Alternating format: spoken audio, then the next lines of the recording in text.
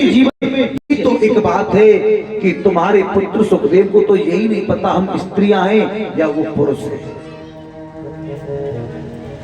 अगर हम तुम्हारे पुत्र सुखदेव के सामने 1000 वस्त्र पहन लें तो भी हम, और तुम क्या कह रहे हो मेरा पुत्र जवान में बुढ़ा। व्यास जी ने मन में सोचा कि इतना वीत राग वैराग्य मेरे पुत्र सुखदेव का। व्यास जी तुरंत लौट के आए, छोटे छोटे राजकुमारों से कहा एक काम करो ना, जाकर के एक सुखदेव को लौटा कर के लाओ। लेकिन यहाँ सुखदेव को लौटा कर के लाते हैं, आते ही नहीं है। बड़े सुंदर श्लोक सुनाई। या हो गया है क्या सुखदेव का जन्म। अब सूत जी कहने लगे अब मैं तुम्हारे 6 प्रश्नों का जवाब दूंगा कि आपने मेरे से क्या प्रश्न किया था कि मानव के लिए परम धर्म क्या है, बताओ ना, कथा सुनना है ना कि क्या धर्म है मानव के लिए। ए अंटे गुजरी अंटे क्या धर्म है। स्पीकर के पास बैठ जा। क्या धर्म है मानव के लिए। कितने बेटा बहू हैं। 4। कहाँ रहती है। सब सुनाई दे रहा है। वैसे जो कर रही सुनाई नहीं दे सब सुनाई दे रहा है, इसीलिए पूछ रहे हो। एक कबीर थे, एक कबीर वो एक कबीर थे, वो कव्वाली करने जाते थे, कविता गाने जाते थे। एक दिन अपने पत्नी से बोले सुनो ना जी मुझे कम दिखता है, मुझे चश्मा बनवाना है। पत्नी ने कहा तुमको कितना कम दिखता है। बान के मुझे कम, बहुत कम नजर आता है। पत्नी ना उस कबीर को, अपने पति को छत पे ले गई, ऊपर ऐसे आसमान में करवाया, दिखाया बन देखो क्या है। ए आंटी, आंटी ध्यान देना मेरी बात पर। जब कबीर को कम दिखाई देता था तो पत्नी से कहने लगा मुझे कम नजर आता है। पत्नी से कहा मैं चश्मा बनवाऊंगा। पत्नी ने कही अच्छा। तो पत्नी ने हाथ पकड़ा और छत पे ले गई और आसमान की बादल की ओर कहा देखो क्या दिखाई दे रहा है। कबीर दास जी ने पति थे ना, उन्होंने कहा एक तो चंदा है बाकी सब तारे हैं। पत्नी बोली फिर क्या तुझे और क्या देखेगा जब धरती से आसमान तक देख रहा है। जब तुझे धरती से आसमान तक नजर आ रहा है फिर क्या दिखाई और देगा। तो वैसे जो कह रही मुझे सुनाई कम दे। मैंने पूछी क्या बेटा बहू में 4, फिर क्यों ना सुनेगा। वो तो एक बार प्रेम से बोलो राधे राधे। तो कथा कहाँ चल रही थी कि मानव के लिए परम धर्म क्या है। कथा सुनना, मंदिर में जाना, तीर्थ यात्रा करना, दान पुण्य कर देना, हरिद्वार जाके गंगा जी नहाना, वृंदावन जाके भंडारा करना, गोवर्धन गिरिराज की परिक्रमा करना। सूत जी कहने लगी मानव के लिए सबसे बड़ा धर्म क्या है। हो धर्म न दूसर सत्य समाना, धर्म न दूसर सत्य समाना, आगम निगम पुराण बखाना, राम श्री राम श्री राम जय जय राम, राम श्री राम श्री राम जय जय राम। भैया कि मानव के लिए सबसे बड़ा धर्म क्या है। सत्य बोलना, झूठ नहीं बोलना, पैर पड़ जाए। सबसे बड़ा धर्म क्या है कि सत्य सत्य बोलो। और आजकल हम माला भी जप रहे हो ना, तो माला जपते जपते फिर भी झूठ बोल देंगे तो क्या फायदा हुआ माला जपने का है। माला जपने का क्या फायदा है, झूठ बोल रहे हैं। माला मन से कहते हैं। माला क्या कह रही है, क्या कथा नहीं सुन रही मानसरोवर वाले। कथा पे ध्यान दो। जाप करते हो नहीं करते हो माला पे? हैं करते हैं? तो माला क्या कह रही है? माला मन से कहते हैं और तू क्यों फेरे मोह। माला मन से कहते हैं तो तू क्यों फेरे मोई, और तेरे हृदय साच है तो राम मिलाए दऊं तो। मानव के लिए सबसे बड़ा धर्म क्या है कि सत्य बोलो। झूठ बोलनी है तो कुछ स्थान ऐसे दिए हैं कि वहां तुम्हें झूठ बोलने पर कोई पाप नहीं लगेगा। कहां झूठ बोलनी है? यदि हमको झूठ बोलने पर किसी की जान बच जाए तो भगवान कहता है कोई पाप नहीं लगेगा। यदि एक छोटी सी झूठ बोलने पर किसी का घर बस जाए, समझ रहे हो नहीं समझ रहे? यदि छोटी सी झूठ बोलने पर किसी का घर बस जाए तो वहां तुमको कोई पाप नहीं लगेगा। और राजा फिर दूसरा प्रश्न क्या था? जब हम मंदिर में पूजा करने जाते हैं तो समझ नहीं आता कि किसकी पूजा करें। सूदी महाराज कहने लगे सुनो, तुम प्रेम तो सबसे करो, सभी देवताओं से सभी भगवानों से प्रेम करो, लेकिन निष्ठा हमेशा एक में रखो। पूजा तो प्रेम तो सबसे करो, लेकिन सबसे ज्यादा निष्ठा विश्वास किसमें रखना? मेरे कान्हा जी में।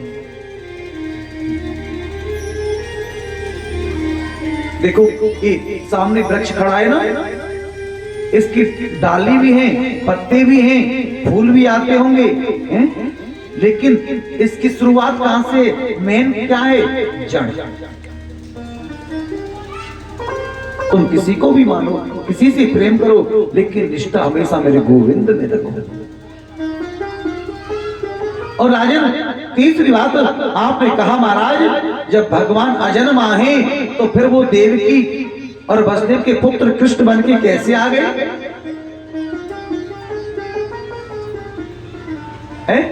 वो देवकी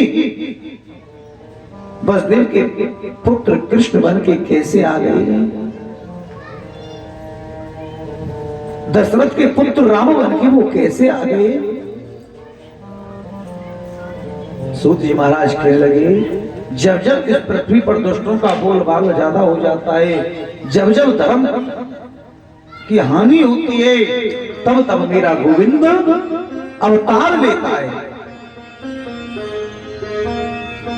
जब जब होई धर्म की हानि, जब जब होए धर्म की हानि, जब जब होए धर्म की हानि, जब जब होई धर्म की हानि, बाड़े असरे अदब अभिमानी, बाड़े असरे अदब अभिमानी, तब तब धरे प्रभु विवद शरीरा, हरहु कृपा निर्जन तीरा, सिया राम सिया राम जय राम, सिया राम सिया राम जय राम। जब जब पृथ्वी पर दुष्टों का बोलबाला ज्यादा होता है, संत ब्राह्मण गाय, संत ब्राह्मण और गाय, जब इन तीनों को सताया जाता है ना, तब तब मेरा गोविंद अवतार लेता है। सुनो, गांव में और शहरों में क्या अंतर है अम्मा? है? गांव में और शहर में क्या अंतर है?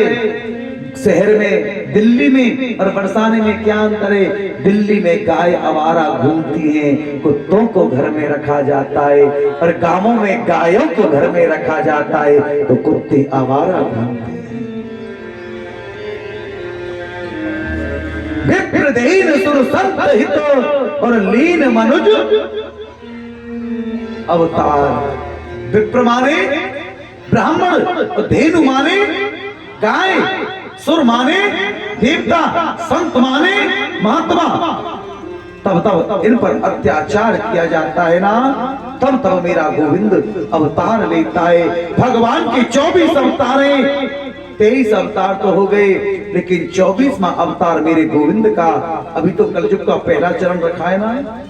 पहले चरण में तुम देख रहे हो क्या हो रहा है, क्या हो रहा है? माँ बाप अपने सास ससुर की पूजा कितने लोग करते हैं? सच कितने लोग करते हो? ऊपर को हाथ करके बोलो। कोई भी नहीं करता, एक आध करेगा बस साउंड में। सबको कहता हूँ मैं। तेरी ना है रही का, मेरी तो 4 है, जब भी ना है रही।